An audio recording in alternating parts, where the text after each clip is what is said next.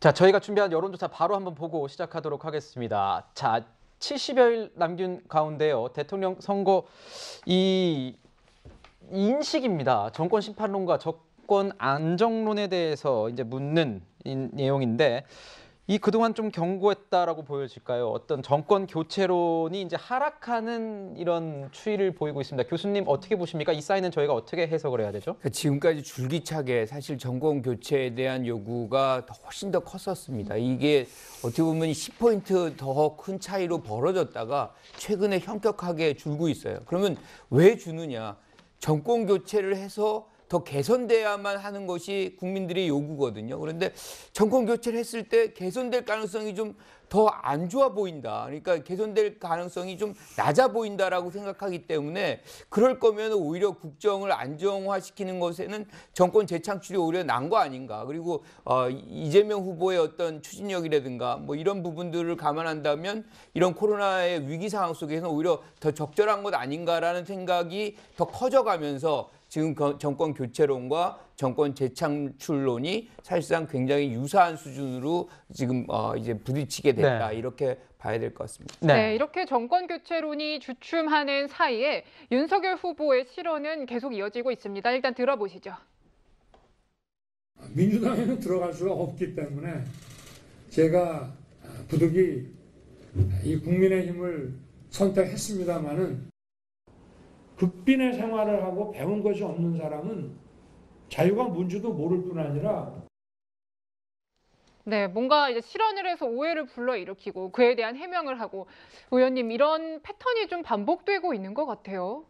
그게 많이 걱정스러운데 앞서 말했던 여론조사 부분이 저는 정말 윤석열 후보나 지금 국민의힘 지도부, 선대위 전부 다 귀담아 들어야 되는데 이게 이 기울어진 운동장을 할 정도로 정권 교체론이 우세했을 때 우세해야 되는 상황에도 불구하고 다시 한번 이렇게 하는 것은 이게 기초 다시 말 운동장이 바뀐다는 거예요. 지형 자체가 바뀐다는 걸 의미하기 때문에 더 따라가는 추격하는 야당으로서는 굉장히 어려운 지경으로 가고 있다는 점을 분명히 인식을 해야 돼요. 그러니까 이렇게 저렇게 되면 던지는 메시지 자체가 굉장히 약해지고 회의론이 일게 되면은 문제가 크게 앞으로 더 생길 거예요.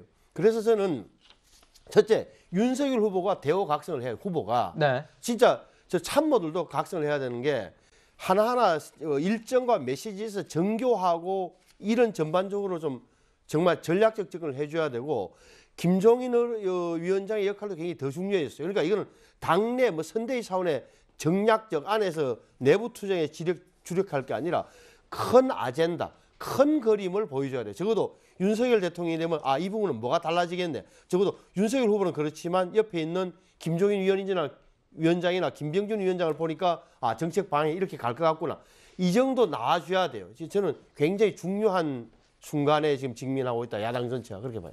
이렇게 진단을 해주셨군요. 자, 야당에서는 이렇게 얘기가 흘러나오고 있고요. 여당에서는 뭐 후보보다는 이 당대표의 어떤 리스크에 대한 얘기도 나오고 있습니다. 연이은 말실수 논란이 있습니다. 송영길 대표 이야기 들어보시죠. 음주는 물론 잘못했지만 음주도 제보자 얘기를 들으러 뛰어가다가 급히 간 마음이 했다는데 아들을 불러다가 아예 취조하듯이 조사를 별도로 했습니다.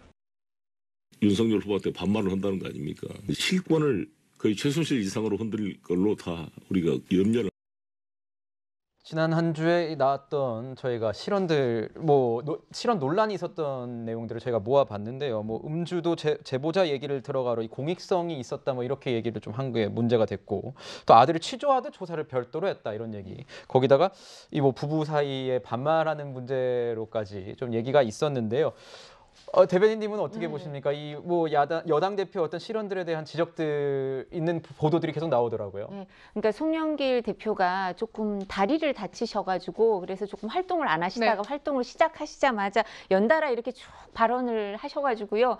저희가 이제 이 부분에 대해서 계속 말씀을 드리고 있는데 무엇보다도 뭐 부부간에 반말을 하지 않는데 사석에서 반말을 하더라. 그래서 최순실 같이 될 수 있다. 이게 논리적 개연성이 전혀 없어요. 사석에서 반말 반말하는 걸 그거를 부부간에 친밀도가 나타나니까 사석에서 반말하는 사람이 많지. 그리고 그거가 그 사석에서 반말을 한다는 게 어떻게 해서 최순실이 될 수 있다는 건지 이것도 개연성이 없어요. 전혀 본인이 하시는 말씀 내용에도 근거가 없는 얘기를 해주셔서 저희 선대위에서는 좀 감사한 마음을 갖고 송영길 대표한테 그래서 네. 송영길 대표가 만드는 프레임 이런 프레임이 전혀 작동이 안 될 거다 이런 생각을 하고 있고요. 근데 아마 이런 마음이 있으신 것 같아요. 그럼 송영길 대표가 왜 저렇게 말씀을 자꾸 실수를 하실까?